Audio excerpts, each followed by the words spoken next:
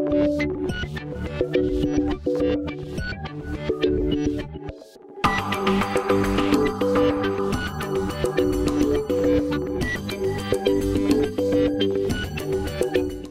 buenos días a todas y a todos.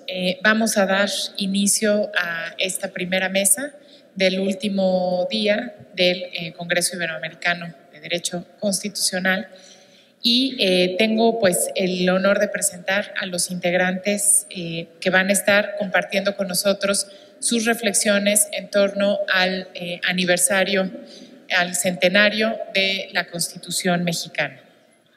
En primer lugar, nos acompaña Manuel Aragón, de España. Él es catedrático de Derecho Constitucional de la Universidad Autónoma de Madrid y magistrado emérito del Tribunal Constitucional de España.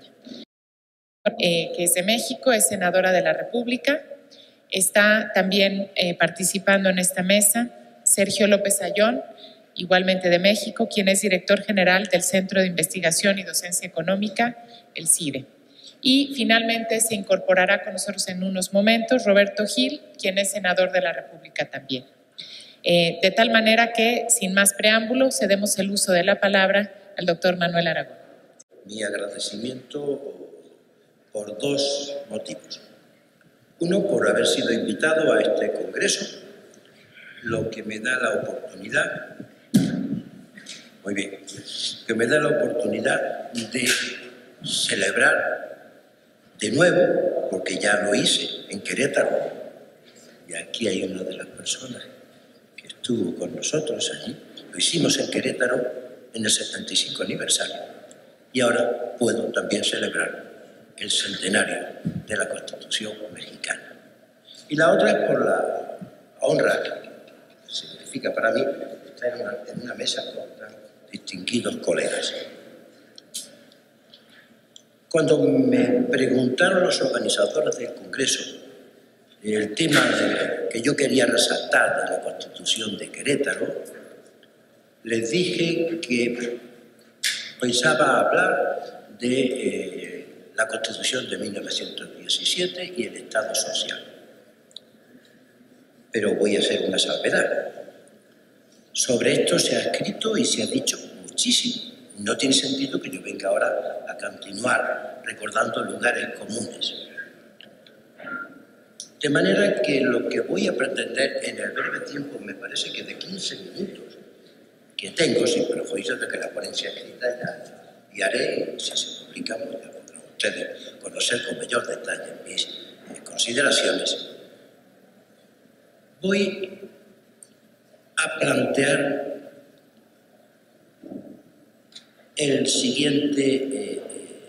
la siguiente cuestión.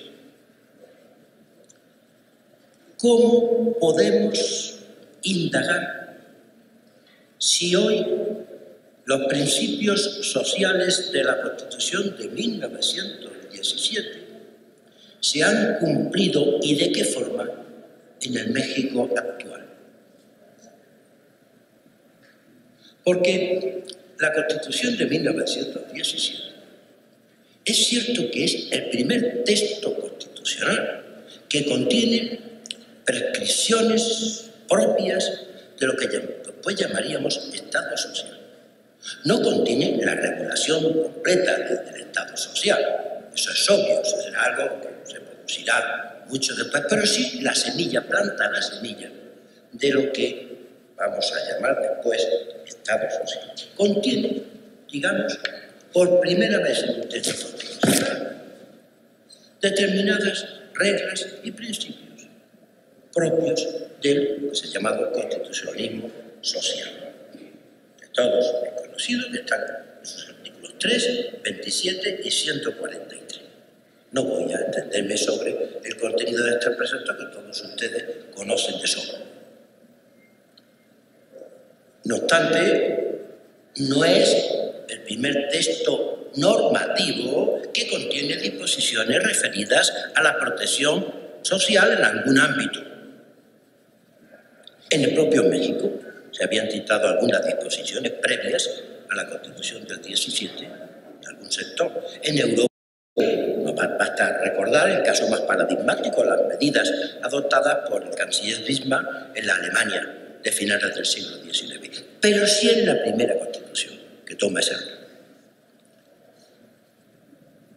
Y entonces la cuestión es, esa semilla que plantó, ¿se ha visto en la actualidad suficientemente desarrollada? Y para responder a eso no se puede hacer de una manera simple, sino compleja.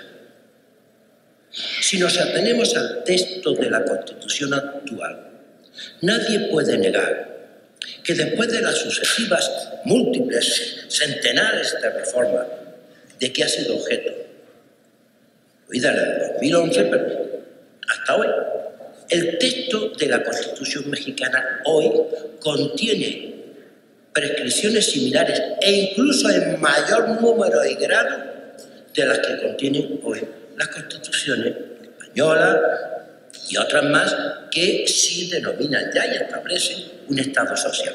Si nos atenemos solamente al texto de la Constitución, podríamos decir, sí, claro, hoy constitucionalmente el Estado social es una realidad en México. Pero eso sería una respuesta muy simple. Porque no vale para poder indagar si el Estado social existe con detenerse solo en el texto de la Constitución. E incluso hay constituciones, la alemana, que ni siquiera en su texto tiene derechos sociales en el ámbito federal. Solo la definición del Estado como social y, en cambio, por desarrollo legislativo, políticas públicas, etc., sí hay instalado un Estado social. Y hay otras que tienen muchas prescripciones relativas al Estado social y se han quedado simplemente en el texto de la Constitución sin convertirse en realidad en el país. Por eso, de lo que se trata entonces no es tanto de lo que el texto dice, sino de, decía ayer mi buen amigo Jorge Madrazo, de si se ha cumplido o no, o en qué grado se ha cumplido. Pero tampoco con esta segunda indagación podríamos comprender, a mi juicio, adecuadamente qué grado de realidad tiene hoy el Estado social en México. O en el caso en que fuera, como es normal, porque el Estado social no es algo que completamente se logre, ya lo dijo García Pelayo en sus libros sobre el Estado social, es un afán constante que nunca podrá lograrse en su plenitud, porque si se lograse en su plenitud, posiblemente ya no sería un Estado social, en un Estado democrático y de derecho. Pero, para poder indagar qué grado de cumplimiento, qué se le puede pedir todavía a la realidad jurídica y política mexicana, hay que plantearse el asunto desde otro plano, que es, ¿y qué es el Estado social? Porque si no podríamos equivocarnos pidiéndole al Estado social lo que el Estado social no es y confundiéndonos entonces en el diagnóstico. Porque tendremos una imagen idealizada u ilusoria de un Estado social y si esa imagen no se cumple en la realidad, entonces podríamos decir, el Estado social hoy no existe.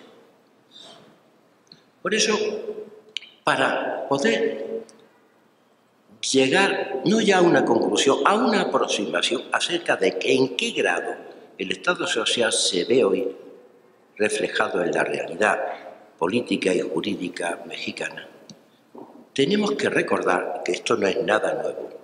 Las características del Estado social, para no confundirnos, tomando por Estado social lo que el Estado social no es. El Estado social, en primer lugar, no es una forma de Estado. No. El Estado social es una modalidad de la forma democrática de Estado. De manera que en el Estado social ni la representación llamada social puede sustituir a la representación política, ni los derechos sociales pueden destruir los derechos individuales. El Estado social es, como tantas veces se ha dicho, un elemento de la fórmula Estado social que ha de estar inserto dentro de esa fórmula y en equilibrio con los otros elementos. El Estado social no puede realizarse al margen del Estado de Derecho. Por eso no puede ser el Estado social un Estado social. Proclama de intención de obtener objetivos sociales. El Estado social, obviamente, tiene que ser un Estado constitucional de derecho, es decir, un Estado donde la Constitución sea norma jurídica controlable jurisdiccionalmente y, por tanto, no puede ser Estado social un Estado que, bajo la mera apariencia de una Constitución democrática, actúa después realmente como una dictadura, porque ni hay división de poderes, ni hay independencia judicial, ni hay garantía de los derechos, aunque en esa Constitución puramente retórica se proclame. ¿Saben ustedes a qué me estoy refiriendo hoy en la realidad latinoamericana?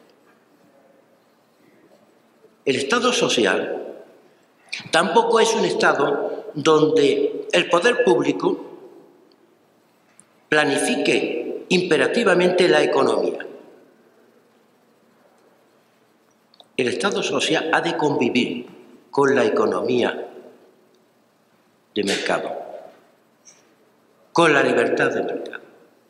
Necesariamente, lo que ocurre es que el Estado social impone unos límites que debe modular, en parte, la libertad económica, pero modular, no erradicar, porque si no, no se trata de un Estado democrático. Todos sabemos que no pueden desvincularse completamente las libertades económicas de las libertades civiles y políticas.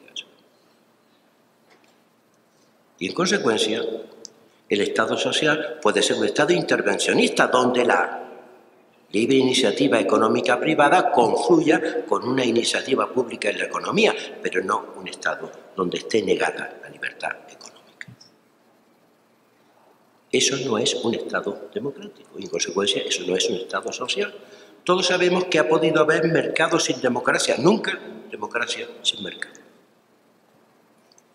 El Estado social es un Estado con división de poderes, porque tiene que ser un Estado democrático de derecho. Y, en consecuencia, el Estado social es un Estado donde la proyección de las reglas y principios del Estado social ha de estar garantizada por los jueces, cierto, pero donde la especial naturaleza jurídica de los derechos de prestación una cinta azul competa sobre todo, aunque no únicamente, al legislador y al gobierno, la concreción, la realización a través de medidas, de políticas públicas del Estado social. De tal manera que los jueces no deben sustituir por entero esta función del legislador y de la administración. Ni deben ni pueden, aunque lo pretendan. De ahí que yo sea muy crítico, no con las llamadas sentencias estructurales a las que ayer se aludió, sino con determinados excesos de algunas sentencias llamadas estructurales. Porque es una vana pretensión la de pensar que son los jueces los que pueden determinar completamente, reglamentistamente, determinadas políticas públicas.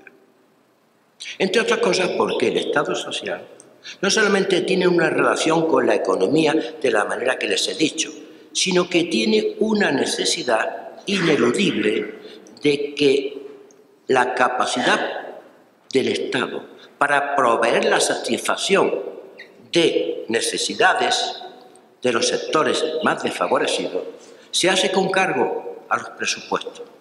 Y está muy vinculado a la capacidad económica de ese Estado y de la hacienda pública.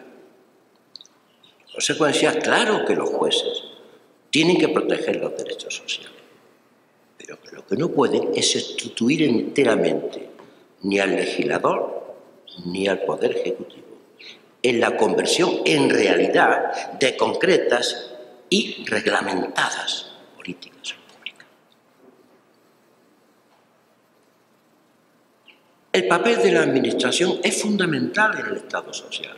Sin una administración fuerte, dotada de eficacia, cooptada a través de razones de mérito y capacidad, el Estado social no puede subsistir, porque todos los derechos de prestación se realizan habitualmente a través de servicios públicos administrativos.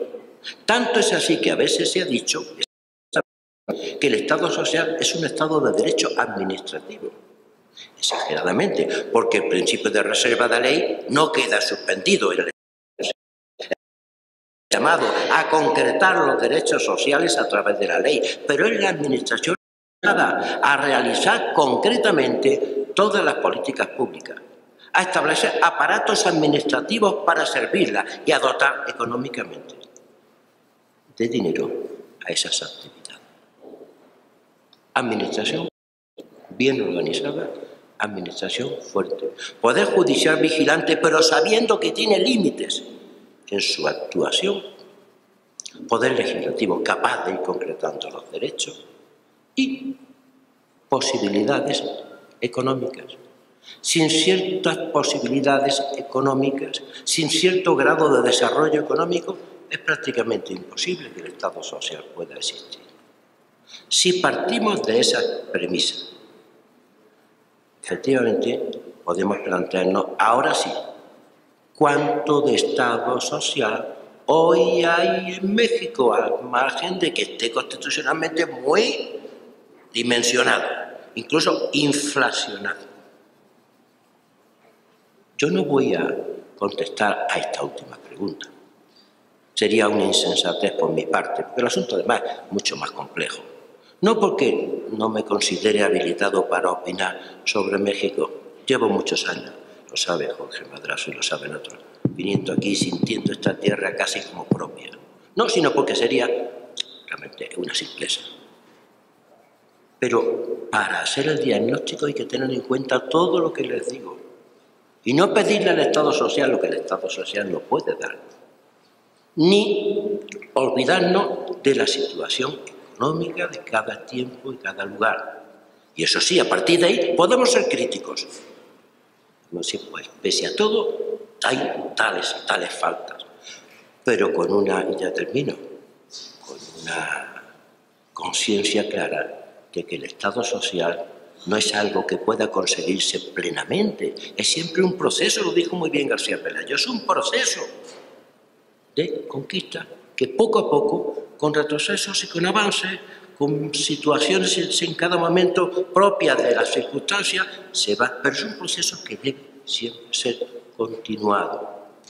Hoy, y ahora sí que termino, en los estados ya económicamente muy desarrollados, incluso se está dando un paso. Ya el Estado social no se realiza solo a través del Estado intervencionista, sino también del Estado regulador, capaz de regular las condiciones e incluso traspasar a entidades privadas del tercer sector o del segundo sector, iniciativa privada en sentido propio, determina la realización de muchos servicios del Estado social, vigilando su correcta realización el propio Estado. Pero eso creo que todavía no es lo que puede suceder en México. Creo que México todavía necesita de la capacidad interventora del Estado y de la capacidad de actuación de la propia administración para prestar los servicios públicos sociales más importantes. En el fondo, los derechos de prestación son obligaciones públicas que el Estado debe cumplir. Y nada más, señores. He terminado. Muchas gracias.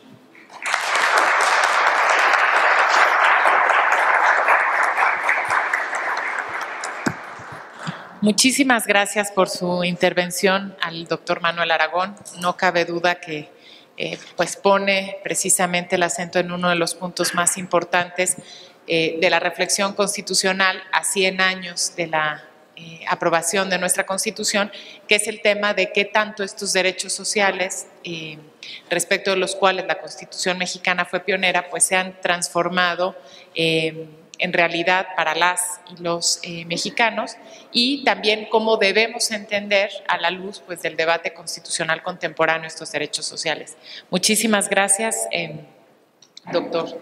Vamos a dar ahora el uso de la palabra a el doctor Sergio López Ayón, que como mencioné anteriormente, es el director general del CIDE. Muchísimas gracias.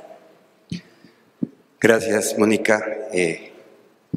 Agradezco a los organizadores de este congreso su muy gentil invitación a participar y pues es un honor compartir esta mesa con la y los distinguidos juristas que la integran, con la senadora Angélica de la Peña, con el profesor Aragón y desde luego con nuestra moderadora, la doctora Mónica González.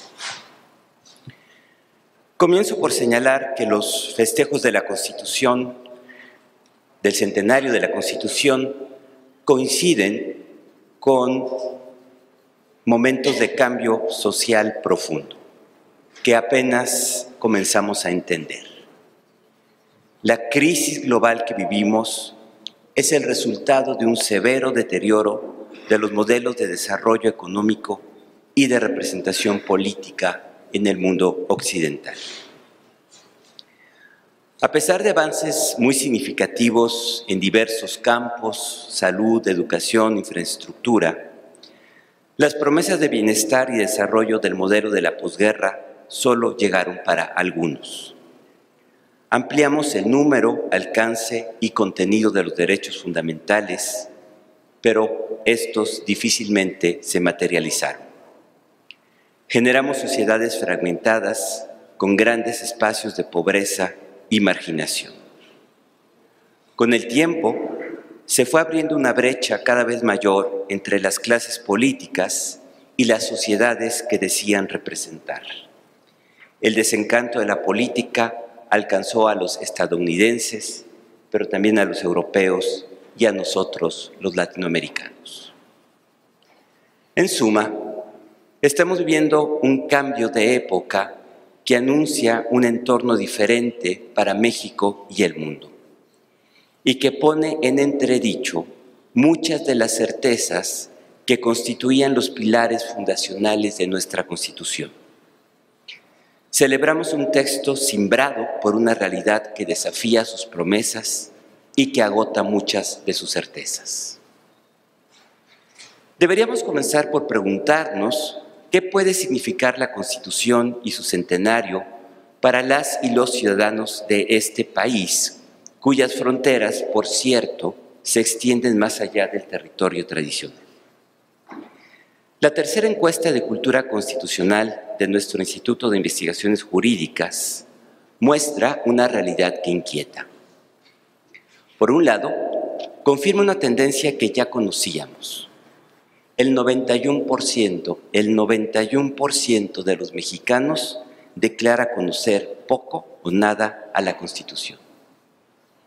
Del lado de la percepción, el 84% de la población cree que la Constitución se cumple poco o nada, y el 60% piensa que la Constitución que tenemos ya no responde a las necesidades del país. Podemos razonablemente esperar que los festejos tengan algún significado a partir de estos datos. La encuesta muestra también un sombrío ánimo social que, por lo demás, pone en entredicho muchas de las promesas que, por décadas, proclamó el discurso construido alrededor de la Constitución de 17 y sus emblemáticos derechos sociales. Los sentimientos que predominan en la nación son el enojo, 43.7%, y el miedo, 38.5%. La percepción general es que la situación del país es peor a la que teníamos hace un año, y casi 3/4 partes de la población cree que el país va por el camino equivocado. La confianza en el gobierno es baja, 70% confían nada o poco, y la falta de confianza en los políticos es aún peor, 74%. Las principales razones para no confiar en el gobierno son por corruptos, 45%, y porque no cumplen lo que prometen, 38%. Otros datos muestran jóvenes desencantados. Para esas generaciones digitales que nacieron al final del siglo XX, las promesas democráticas de la política tradicional constituyen un lenguaje ajeno y carente de sentido. Y aunque entienden y viven la política de un modo distinto, se encuentran constreñidas por las formas tradicionales de representación. El mundo es para ellos una habitación cuyo techo y piso comienzan a cerrarse, abajo por las profundas desigualdades y arriba por un modelo político impasible y agarrotado. Su horizonte no es, lamentablemente, uno de promesas y apertura. Con estos datos de contexto, miremos ahora a nuestra festejada, la Constitución. Ella es la misma de 1917, pero es otra. El efecto acumulado de sus más de 650 reformas ha generado, en mi opinión y en los hechos, una nueva Constitución. No solo en sus contenidos, sino sobre todo en su forma de entenderla y operar. Las variables más importantes de una Constitución moderna son sustantivamente diferentes de aquellas que contenía su texto original. Esto es cierto en materia de derechos humanos, división de poderes, federalismo, sistema electoral, el sistema de fuentes y los mecanismos de control constitucional. Esta arquitectura es menos el resultado de un diseño expreso y compartido y mucho más la consecuencia de múltiples decisiones aisladas y reformas acumuladas. El resultado es una Constitución que, aunque renovada, presenta serios problemas en su sistemática, articulación e interpretación. Algunos podrán decir que esto es una consecuencia necesaria, quizá inevitable, de su función política, pues es aún capaz de contener los múltiples significados de los acuerdos políticos que van transfiriendo a la Constitución los cambios en la sociedad mexicana. Pero también es cierto que el resultado le resta legibilidad y capacidad de orientar conductas y pretensiones. Me parece que nos urge un discurso y un análisis distinto sobre la Constitución, más crítico y menos complaciente con el canon que hemos tejido a lo largo de muchas décadas. Cierto, el Estado de Derecho puede identificarse con el cumplimiento de la ley y por ende de la Constitución. Pero para poder aproximarnos a esa condición necesitamos preguntarnos seriamente por sus contenidos, en particular por los derechos, para analizar su viabilidad o al menos para reconocer con claridad cuáles son las políticas, las medidas, los balances y los compromisos presupuestales que implican. Tendríamos que abandonar el credo según el cual las reformas constitucionales tienen un poder transformador inmanente y reconocer que si no se traducen en acciones y políticas que interactúan con otras ya existentes y que llevan tiempo, estaremos siempre lejos de lograr los cambios que pretendemos lograr. También necesitamos preguntarnos seriamente si el arreglo político que contiene hoy la Constitución permite que la acción del Estado se despliegue en el sentido correcto. Mucho me temo que la respuesta es negativa. Tenemos una proliferación de poderes, competencias y órganos autónomos que fraccionan la acción y la responsabilidad del Estado. Un federalismo parchado, mal diseñado y peor ejecutado, sin responsabilidades claras, en el que se estrellan repetidamente las buenas intenciones de las políticas públicas.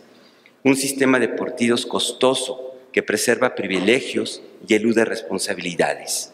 Y, en fin, carecemos de un sistema de rendición de cuentas que permita consolidar nuestra democracia.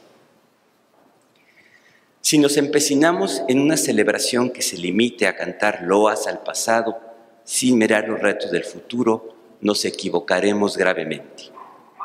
En el contexto actual, el centenario de la Constitución exigiría un replanteamiento profundo del pacto social para generar uno nuevo, basado en una lógica distinta y construido con base en información, diálogo y responsabilidad. De no hacerlo, repetiremos la fórmula de promesas y retórica, y sirva a la Constitución de la Ciudad de México como el mejor ejemplo, y lamento decirlo. El centenario de la Constitución es la oportunidad de replantearnos qué queremos de ella, no como aspiración, sino como una voluntad política compartida que compromete y obliga. Atrevámonos a preguntarnos qué derechos y qué obligaciones queremos los mexicanos, qué mecanismos deben existir para garantizarlos y qué diseño normativo necesitamos para que cualquier ciudadano pueda saber a quién le toca hacer qué, con qué recursos y con qué mecanismos de rendición de cuentas. Esa ruta, creo, constituiría de verdad una celebración. Muchas gracias.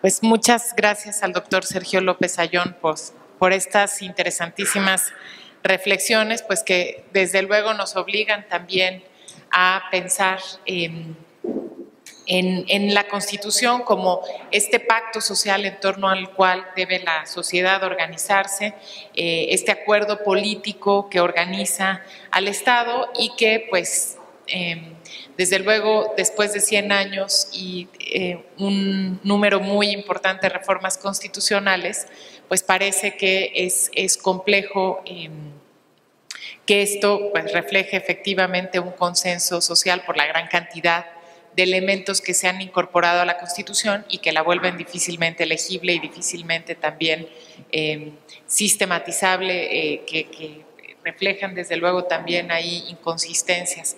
Así es que pues la invitación me parece es a una reflexión profunda sobre cuáles deben ser los contenidos constitucionales en el México y en el contexto internacional contemporáneo. Muchísimas gracias al doctor Sergio López Ayllón y cedemos ahora el uso de la voz a la senadora Angélica de la Peña. Muchísimas gracias por estar aquí.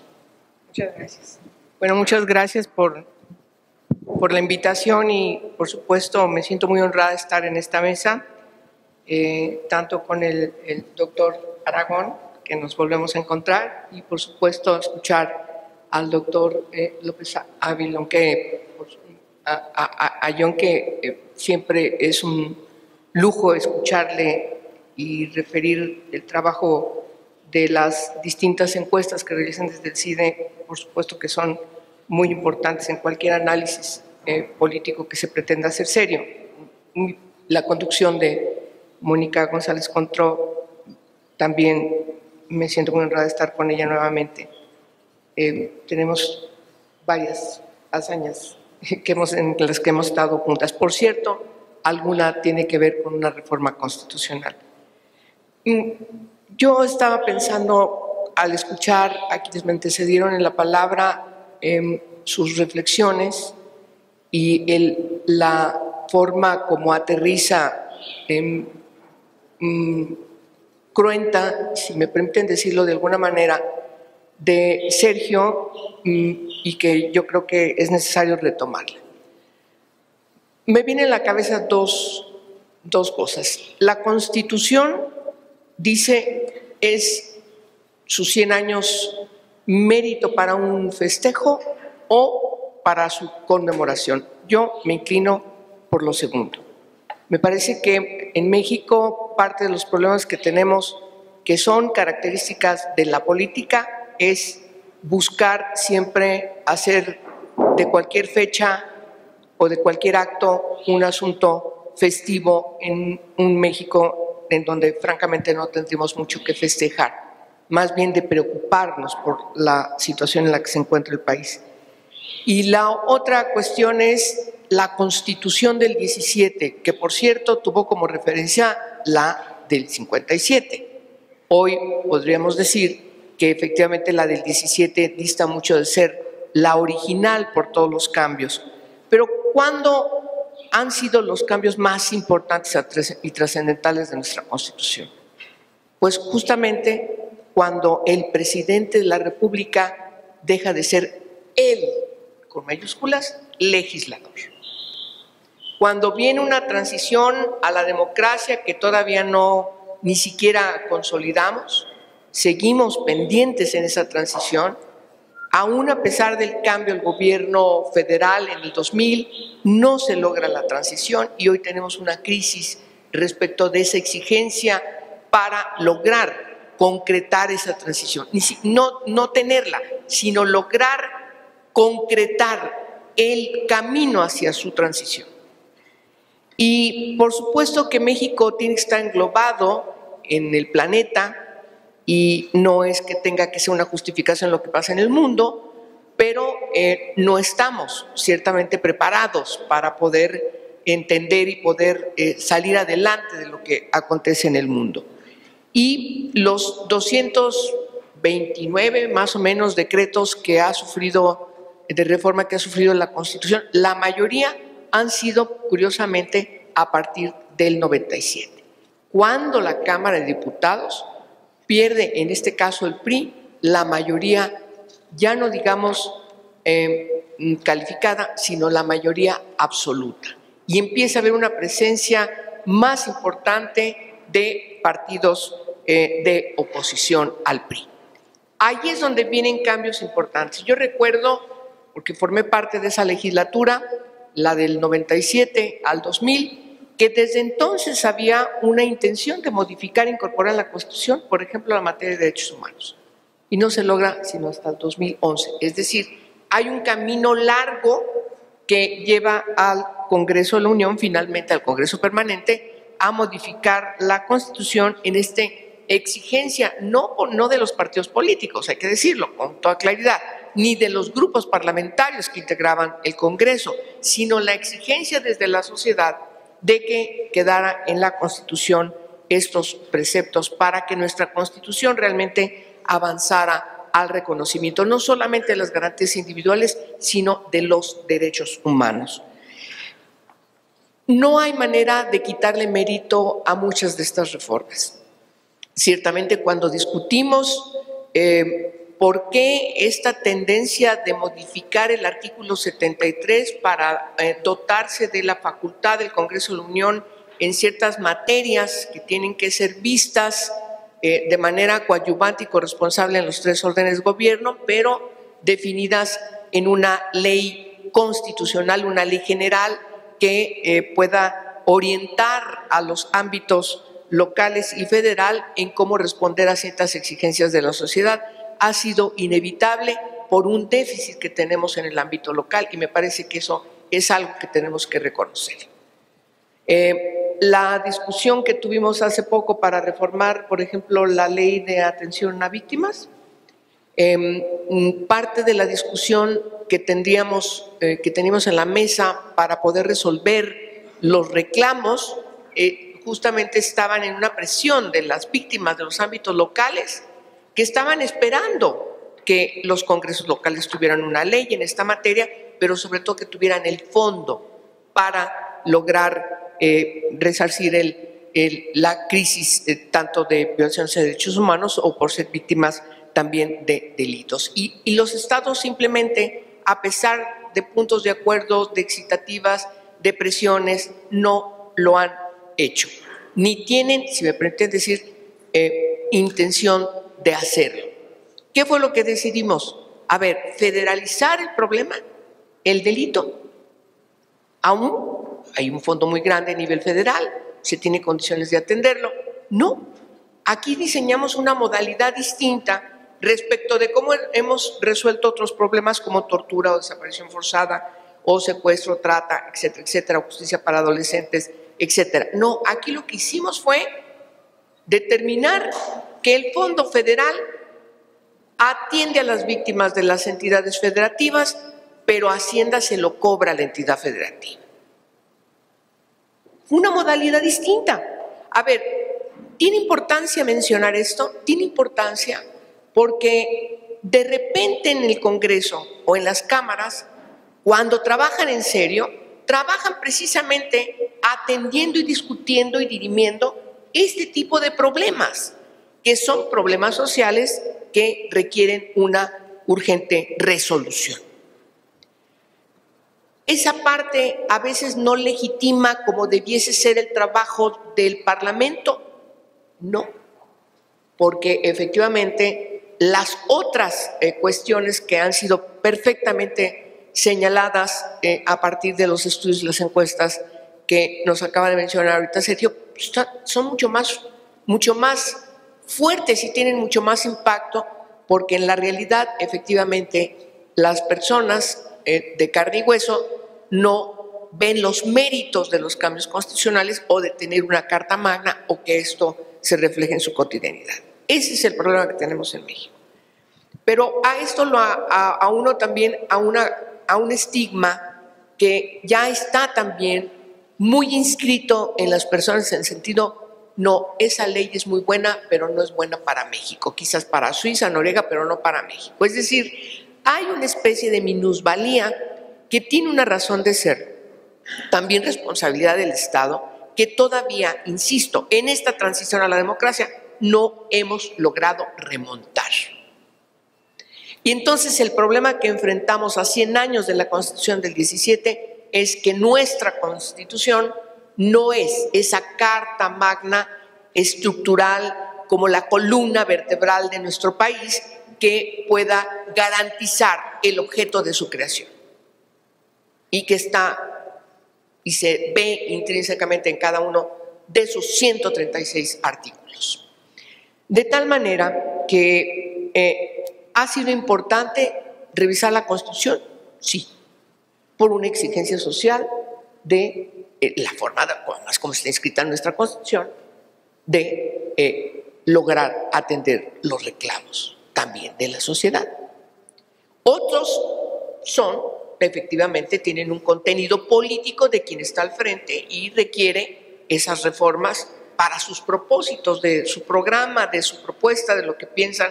Puedo poner el ejemplo del 27 constitucional, pero así puedo poner otros, como el de quitar la rectoría del Estado en materia energética, por ejemplo. Pero otros tienen una gran trascendencia, el 1, el 2, el 3, bueno, me detengo en el 2. ¿Alguien pensaría que era necesario reformar la Constitución para garantizar los derechos de las mujeres indígenas? De decidir explícitamente la reforma en la Constitución para que los sistemas normativos no estén por encima de los derechos humanos, o reconocer que las mujeres indígenas tienen derecho a la paridad. Ya lo tenemos en otro artículo, el 41. ¿Por qué insistir en ponerlo en el 2? Pues porque es el artículo que tiene que ver con los pueblos indígenas. Y tenemos un problema en los pueblos indígenas. Los sistemas normativos, por supuesto, aunque la Constitución lo diga, no están por abajo de la Constitución. Y una mujer que accede al poder en los pueblos indígenas es apaleada. Aquí también hay crímenes de honor en nuestro país, ¿sí? Entonces, la Constitución ha tenido que cambiarse. Bueno, Mónica y yo conocemos una reforma importante, con una gran discusión. ¿Por qué quieren cambiar el cuarto constitucional y reconocer los derechos plenos de las personas menores de edad? Si aquí el derecho romano es el que impera, y entonces quien tiene la tutela y restringe ese papá, la mamá, aquí están inventando, están locas. Tuvimos que cambiar el cuarto constitucional para que se reconociera como sujetos plenos de derechos a quienes son menores de 18 años de edad. ¿Era necesaria esa reforma? Claro que sí. Que alguien hablara de los derechos de la niñez a partir de entonces ya era políticamente correcto, ¿sí? Desviaciones de que sí, yo tengo simpatía con los derechos de la niñez porque tengo tantos hijos. A ver, esas son tonteras. Lo importante es la otra parte, reconocer todos los derechos, es armonizar un tratado internacional. Bueno, finalmente, no quiero alargarme mucho, sin embargo, me parece que no podemos ver la Constitución como si fuera el barco de Teseo. O sea, pasan los años, se le empiezan a caer las tablas y se sustituyen por otras. Yo creo que la Constitución, al final, ciertamente podemos tener un barco distinto del original, ¿no? Pero yo creo que la Constitución tiene que siempre responder a los reclamos de la sociedad para que sirva a la sociedad. Por desgracia, no lo hemos logrado. Necesitamos vindicar a la política, sí. Necesitamos transformar los partidos políticos, sin duda. Necesitamos acotarles en sus presupuestos, sí, pero hay que vigilar que eso no sea una salida demagógica y lo que permita es las entradas de los recursos negros a las campañas. Eso hay que tenerlo cuidado. ¿Que hay que reducir el Congreso? Claro que sí. ¿Significa una reforma constitucional? Pero por supuesto que sí, de gran trascendencia. Y toca muchos artículos, porque además reconstruye la forma como está trabajando el Instituto Nacional Electoral. ¿Hay que tocar los organismos autónomos? Claro que sí. ¿Sirven las comisiones estatales de derechos humanos en los estados? Claro que no. O sea, es decir, tenemos muchos pendientes. El presidente de la Suprema Corte de Justicia de la Nación tiene que seguir presidiendo el Consejo de la Judicatura. Yo creo que no. Es decir, hay pendientes, claro que hay pendientes. La Constitución no puede ser un documento bíblico con respeto a la Biblia o al Corán, inamovibles, no. Ciertamente, la discusión nos tiene que llevar a no convertir una constitución maximalista como la de la Ciudad de México, estoy de acuerdo. Y de repente metes ahí cuestiones que no tienen que estar ahí. Pero me parece que el reto que tenemos es que tenemos que vernos como una nación, también de construir nuestra visión del federalismo y sobre todo en ese marco seguir discutiendo cómo acotar el ámbito local y municipal para que pueda ir al mismo camino del ámbito federal y no tengamos hoy los terribles problemas que tenemos y que dan pie a que de repente llega una iniciativa del presidente para desaparecer simplemente porque se tenga alguna intuición respecto de que las policías municipales están cooptadas por el crimen organizado. Entonces, ¿cómo? A ver. Es decir, la política tiene que vindicarse, no puede seguir funcionando como está funcionando ahora, desapegada, aislada en el Olimpo respecto de lo que pasa en la, insisto, cotidianidad de las personas de carne y hueso, de todas las edades y todas las condiciones en el país. Yo estoy a favor de que la Constitución ciertamente tenga las adecuaciones que todavía nos hace falta tener, ya mencioné yo ahorita algunas, y que van en el mismo sentido de lo que ya se está convirtiendo en temas pétreos en la Constitución, particularmente las que derivan de la reforma en materia de derechos humanos y, por supuesto, la transición de un sistema jurídico de seguridad pública, de justicia, hacia un sistema garantista que hace falta en la Constitución. Y sobre todo hace falta garantizar que este paraguas de la Constitución ciertamente baje hacia los otros ámbitos de la nación. Por eso, y con eso termino, me parece que es fundamental destacar como un requisito fundamental la rendición de cuentas, para que la Constitución y todas sus reformas que benefician a la gente no se conviertan solamente en un conocimiento de menos del 10% de las personas. Y las que más lo necesitan, por cierto, son las que desconocen la Constitución. Pero insisto, esto también forma parte de una transición que no hemos concretado, de un paternalismo de tiempos atrás en donde este tipo de conocimientos o el conocimiento de las leyes no son accesibles para la gente precisamente porque es un contenido político de quienes han decidido que fuera así, para seguir estando y decidiendo lo que han venido decidiendo. Yo creo que ese es uno de los retos que tenemos en México y eso solamente se logra con educación, educación y más educación. Y parte de la educación es el conocimiento de las leyes y las transiciones que nuestro marco jurídico está sufriendo, siempre que está impactando a la Constitución, por supuesto, siempre tratando de responder las que tengan ese mérito, por supuesto, las que tengan ese mérito para responder a los reclamos sociales que necesitamos atender como nación. Muchas gracias.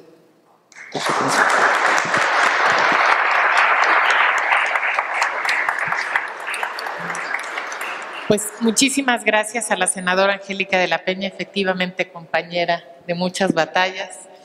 Y bueno, pues desde luego es muy relevante y una gran manera de continuar con estas reflexiones y hacer un homenaje a la Constitución, pues el resaltar las importantes reformas constitucionales que se han dado, pues especialmente en las últimas décadas y muy en concreto en materia de derechos humanos, que desde luego, lejos de ser, digamos, irrelevantes o lejos de ser meros agregados a la Constitución, constituyen, ¿no?, como diría Ronald Dworkin, cartas de triunfo que se han plasmado en la Constitución y que poco a poco también han dado lugar a grandes transformaciones sociales que desde luego van mucho más lento que las transformaciones legales, ¿no?, o en este caso constitucionales, pero que constituyen pues un punto de partida para ir reconociendo y haciendo efectivo el principio de igualdad que consagra nuestra Constitución desde 1917, pero muy especialmente nuestro artículo primero a partir de la reforma de 2011 en materia de derechos humanos. Y dado que nos quedan algunos minutos para concluir la mesa, yo quisiera compartir, digamos, algunos pues puntos en común que encontré en las tres ponencias, y pedirles pues que de manera muy breve, en alrededor de 5 minutos, pudieran compartir también algunas reflexiones en relación pues con las ponencias que se han expuesto en esta mesa de homenaje a la Constitución. En primer lugar, creo que las tres ponencias coinciden en que el homenaje a la Constitución pues es un momento importante para hacer una reflexión sobre la realidad constitucional. Es decir, no meramente exaltar pues las bondades o lo que la Constitución mexicana fue en el momento de su aprobación y promulgación, sino qué ha pasado a 100 años y cuáles son los retos que esto nos obliga a enfrentar y que es un momento propicio precisamente para plantearlos y darles, hacer propuestas. En segundo lugar, creo que también algo que ha quedado muy patente es un gran contraste entre el texto constitucional y la realidad. Y no solamente entre el texto constitucional y la realidad de los derechos, como quedó muy patente en la primera ponencia, en la intervención del doctor Manuel Aragón, sino también en las percepciones sociales en relación con la eficacia de la Constitución, con lo que la Constitución o la adecuación a la realidad mexicana, el cumplimiento de la Constitución. Y aquí yo me permitiría hacer también una reflexión que me parece que nuestra Constitución, pues sí, puede ser muy avanzada en la protección de algunos derechos, incluso, como se ha dicho, reglamentaria en exceso en relación, por ejemplo, con los órganos constitucionales autónomos, pero ha tenido un déficit en la construcción de los ciudadanos que son y ciudadanas en el más amplio sentido de la palabra, incluyendo desde luego a las personas menores de edad, no solo la ciudadanía legal. Hay un déficit porque pues tenemos una gran sofisticación constitucional, órganos muy complejos, pero no hay una verdadera construcción de ciudadanía, no tenemos la masa crítica para utilizar todos esos mecanismos que se contemplan en nuestro texto constitucional y que pues en un gran porcentaje de la población les son ajenos, ¿no? Por ejemplo, podemos identificar quienes hacen uso de los mecanismos de acceso a la información, pues siguen siendo personas que tienen conocimiento de la ley, ¿no?, que conocen esto, igual de las comisiones de derechos humanos. No hemos logrado hacer esto que permee hasta, digamos, todas las partes integrantes de la sociedad mexicana. También noto, y permítanme decirlo en términos muy coloquiales, que hay una especie, se refleja aquí, de creencia como en el poder mágico de la Constitución, si me permiten decirlo de esta manera. Todo hay que ponerlo ahí porque si no está ahí, entonces no se va a cumplir. Y eso ha generado que nuestra Constitución sea pues excesivamente reglamentaria, ¿no?, como mencionaba también Sergio, que sea muy compleja, que le falte sistemática.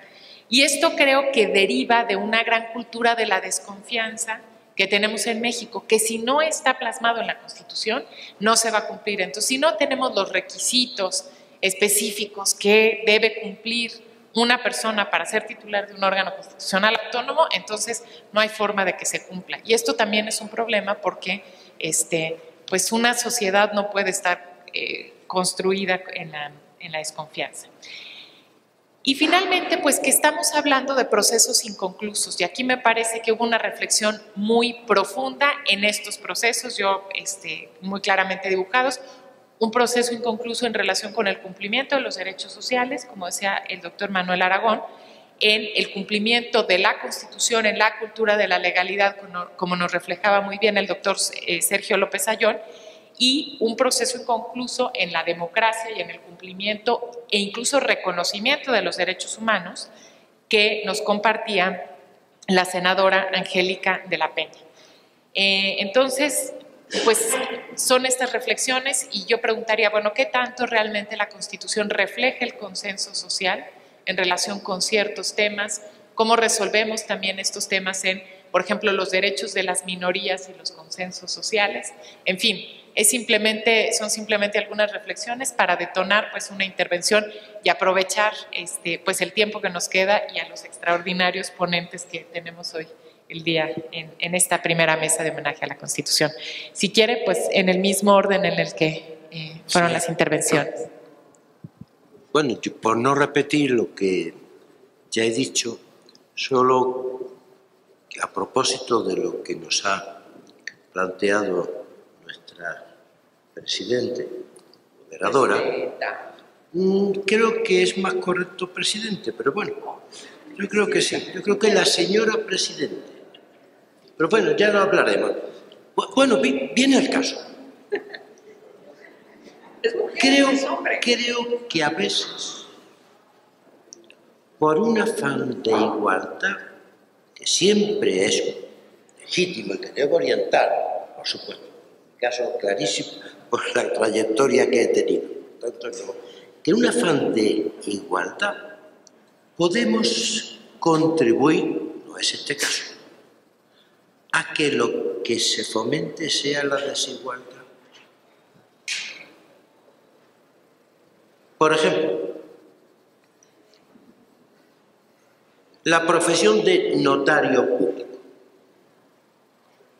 Creo que es más importante para la igualdad cuando la mujer accede, en España ya más de la mitad, a altos puestos de funcionarios importantes, de registradores de la propiedad, notarios, jueces, llamar la señora juez o la señora notario, que la señora jueza, me parece que es el debate, que la señora notaria, pero en fin, eso es un empeño mío.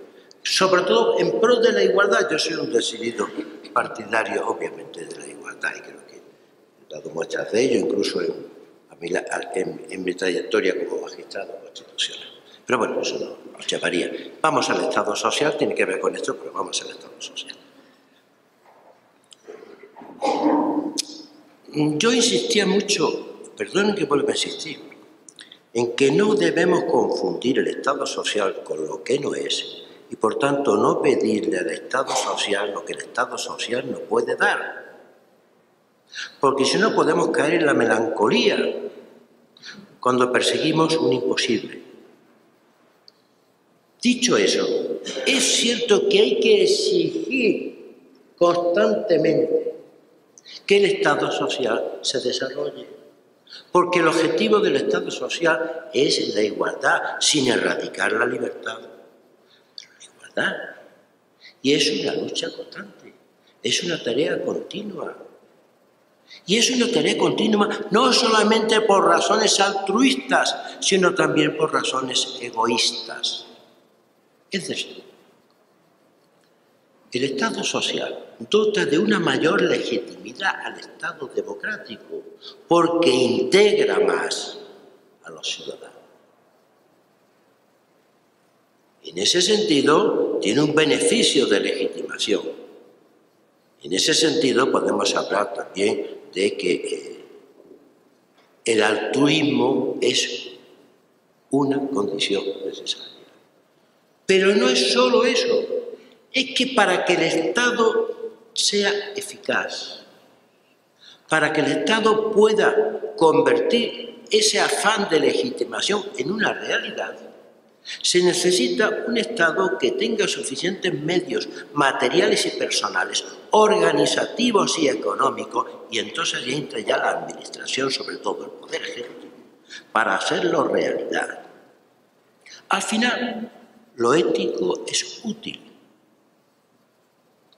No se trata solamente de una convicción moral, vamos a llamarlo, con cobertura constitucional, de que la dignidad de la persona obliga a promover la igualdad, evidentemente, sino también una necesidad de supervivencia del Estado.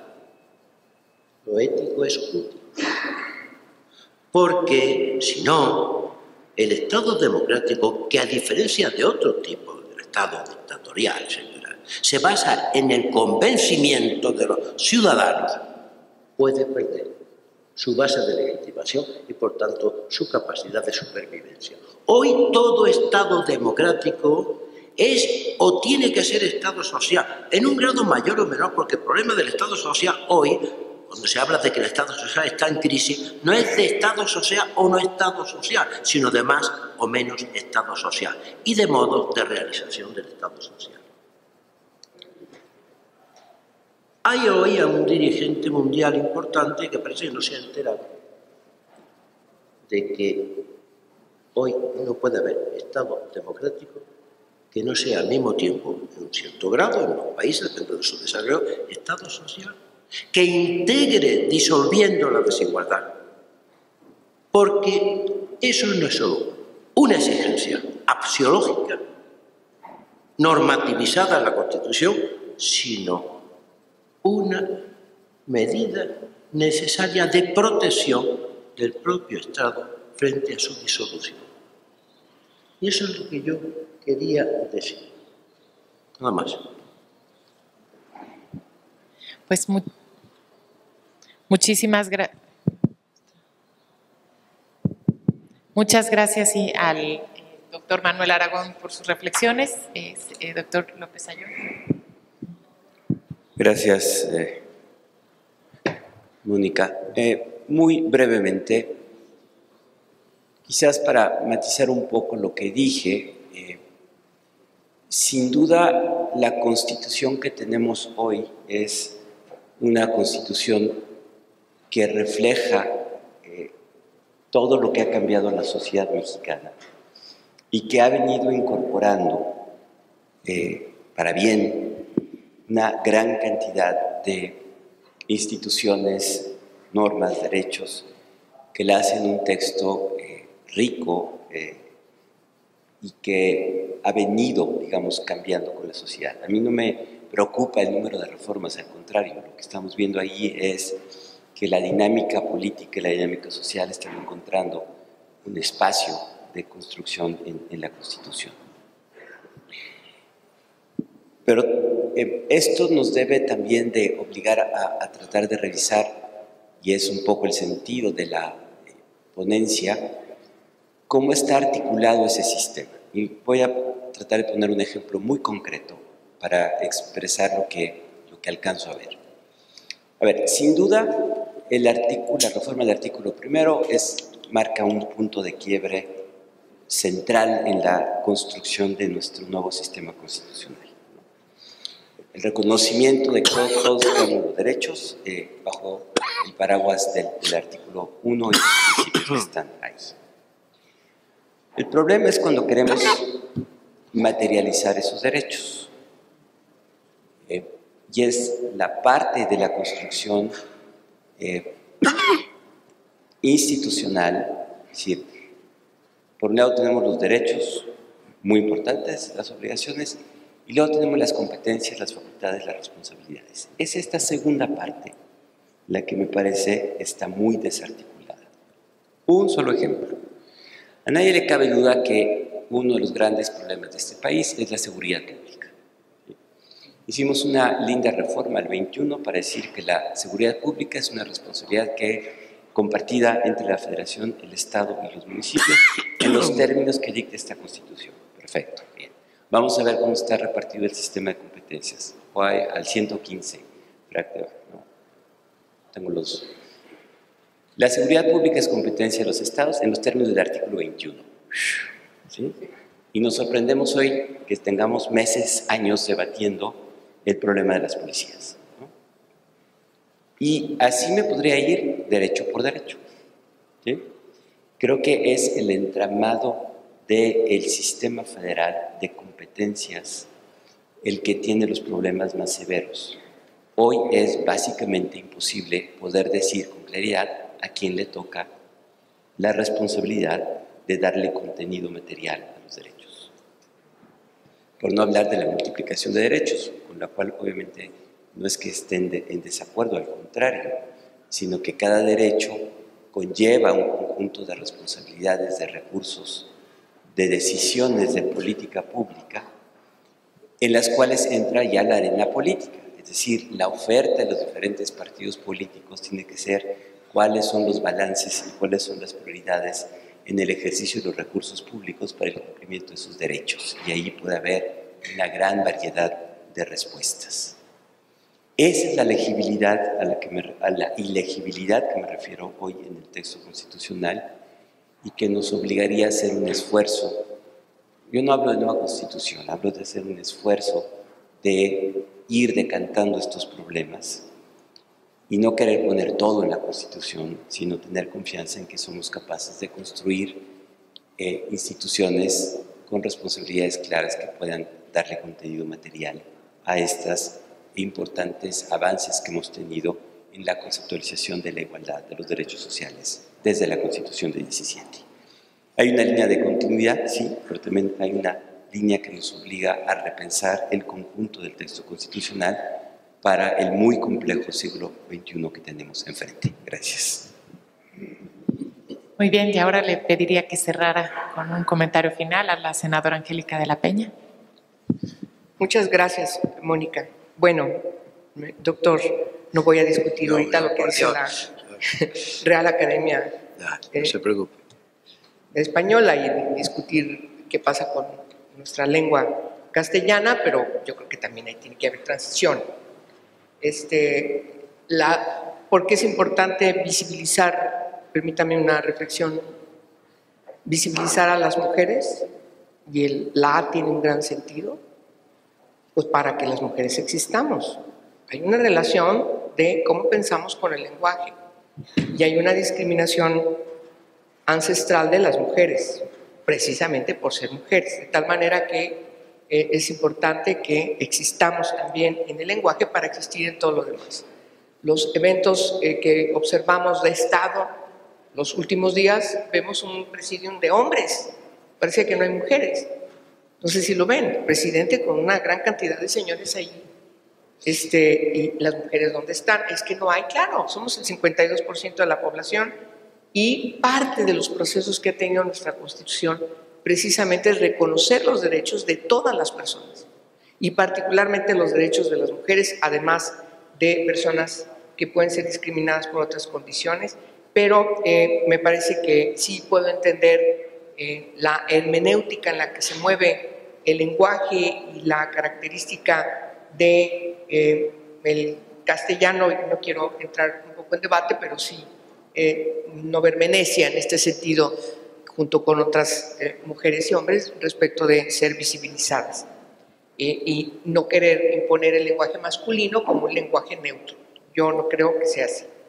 Pero, con todo respeto, me parece que, volviendo al tema, creo que tiene usted toda razón. El reto que tenemos es que este Estado social que usted atinadamente nos explicó tiene que también pasar por un proceso en el caso concreto de nuestros países y a través de nuestra Constitución en una legitimidad, ¿sí? Ese es el gran reto que tenemos, sin duda. Y me viene a la memoria las discusiones alrededor, por ejemplo, del Pacto sobre Derechos Económicos, Sociales y Culturales y aquel viejo debate respecto de por qué tiene un preámbulo distinto del Pacto sobre Derechos Civiles y Políticos. Y todavía prevalecía hace algunos años la opinión de que, bueno, último, civiles y políticos, se aplica de facto, más allá como se encuentre ese Estado, y se pone el ejemplo de Haití, ¿no? Está derrumbado, el terremoto prácticamente dejó literalmente sin los edificios de las instituciones, pero no tenía por qué Haití demeritar o limitar los derechos civiles y políticos. Y, bueno, los derechos económicos, sociales y culturales es cuando el Estado tenga condiciones. Es siempre a partir de lo que el Estado tenga condiciones para garantizar. Me parece que fue parte del debate cuando se reformó la Constitución en materia de derechos humanos, en el sentido de buscar, por cierto, no lograda totalmente, la armonización, el reconocimiento de los tratados internacionales que México ha aprobado. De tal manera que dimos pie a esta tesis de controversia de la Suprema Corte de Justicia de la Nación respecto de que los tratados internacionales no están por encima de la Constitución. Entonces, sí hay un debate que sigue estando en el país respecto de la transición del compromiso, del involucramiento irrestricto de cuando aprobamos un tratado internacional y no se refleja en el marco jurídico de nuestro país, de tal manera que sigue prevaleciendo la exigencia de seguir armonizando el tratado internacional en la Constitución. Parte de las reformas que se han impulsado tienen esta característica, sobre todo me refiero a las que tienen el sustento de armonización de los tratados internacionales. Por lo tanto, no dejo de reiterar mi total coincidencia, lo cual me congratula mucho siempre escuchar al doctor López Ayllón, y creo que efectivamente no hay necesidad de que él matice su ponencia respecto de que para mí quedó muy claro que este vacío que hay respecto a lo que dice el texto en su parte sustantiva ciertamente tiene una complejidad, en eso coincido totalmente, a la hora que tiene que aterrizarse. Hoy, por cierto, estamos reformando de nuevo el artículo 21 de la Constitución, junto con el 115 y el 116, precisamente para resolver un problema que tenemos en el ámbito municipal respecto de las policías municipales y la crisis que tenemos respecto de la cooptación de las autoridades por la delincuencia organizada. Es un problema y está ahí la discusión tratando de resolver cómo logramos que la Constitución pueda ser el preámbulo para la determinación de lo que tienen que decidirse en las leyes reglamentarias o en las leyes secundarias, o como ahora seguramente tendremos que ponernos a trabajar prácticamente ya en el diseño de la nueva Ley General de Seguridad Pública que mandata estas reformas en materia de mando mixto. Por lo tanto, la discusión, y con esto lo cierro, ¿es necesario discutir una ley con estas características? ¿Es necesario seguir insistiendo que los ámbitos locales hagan lo que tienen que hacer? Yo creo que el problema que vive el país obliga a tener que estar tomando decisiones de estas características. Esa es la verdad. Hay un gran vacío, producto también de una transición. Digo, si analizamos políticamente podemos tener varias opiniones. La mía, muy modesta, es que justamente el cambio de gobierno, el pasar de un presidente unipersonal con un gran poder a un cambio de otro partido, hace que los gobiernos locales tengan un poder inconmensurable y de repente los veamos que año con año hacen lo que quieren y al final que dejan su sexenio encontramos que tenemos un monstruo allí gobernando esa entidad.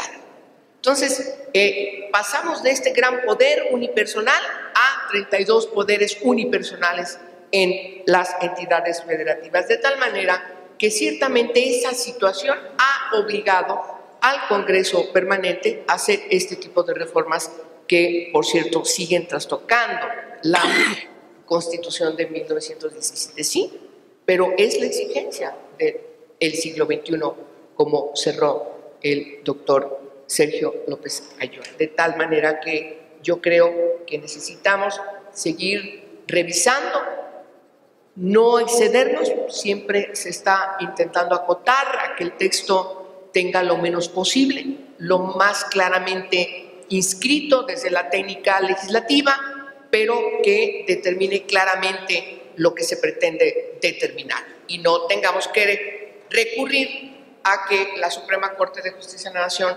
dirima controversias constitucionales o acciones de inconstitucionalidad.